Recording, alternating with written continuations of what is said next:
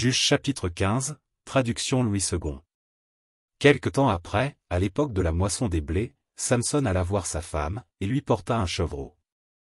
Il dit, « Je veux entrer vers ma femme dans sa chambre. » Mais le père de sa femme ne lui permit pas d'entrer. « J'ai pensé, dit-il, que tu avais pour elle de la haine, et je l'ai donnée à ton compagnon. Est-ce que sa jeune sœur n'est pas plus belle qu'elle?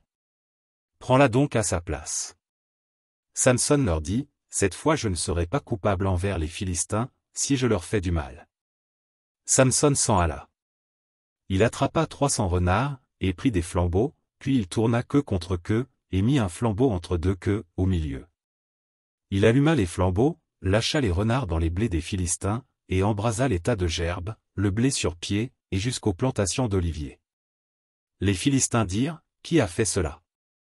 On répondit, « Samson, le gendre du Timnien, parce que celui-ci lui a pris sa femme et l'a donnée à son compagnon. » Et les Philistins montèrent, et ils la brûlèrent, elle et son père. Samson leur dit, « Est-ce ainsi que vous agissez? Je ne cesserai qu'après m'être vengé de vous. » Il les battit rudement, dos et ventre, puis il descendit, et se retira dans la caverne du rocher d'Étam. Alors les Philistins se mirent en marche, campèrent en Juda, et s'étendirent jusqu'à Léchi. Les hommes de Juda dirent, « Pourquoi êtes-vous montés contre nous ?» Ils répondirent, « Nous sommes montés pour lier Samson, afin de le traiter comme il nous a traités. » Sur quoi 3000 hommes de Juda descendirent à la caverne du rocher d'Étam, et dirent à Samson, « Ne sais-tu pas que les Philistins dominent sur nous? Que nous as-tu donc fait ?»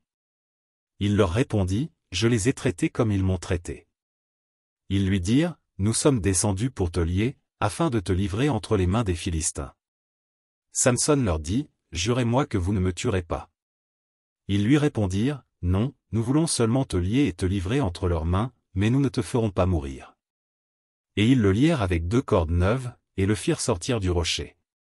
Lorsqu'il arriva à Léchi, les Philistins poussèrent des cris à sa rencontre. Alors l'Esprit de l'Éternel le saisit.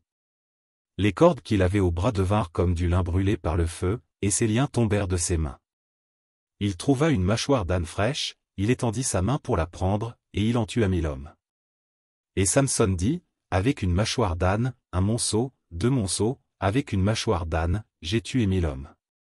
Quand il eut achevé de parler, il jeta de sa main la mâchoire. Et l'on appela ce lieu Ramath-Léchi. Pressé par la soif, il invoqua l'Éternel, et dit, c'est toi qui as permis par la main de ton serviteur cette grande délivrance, et maintenant mourrai-je de soif, et tomberai-je entre les mains des incirconcis? Dieu fendit la cavité du rocher qui est à Léchi, et il en sortit de l'eau. Samson but, son esprit se ranima, et il reprit vie. C'est de là qu'on a appelé cette source en Akoré, elle existe encore aujourd'hui à Léchi. Samson fut juge en Israël, au temps des Philistins, pendant 20 ans.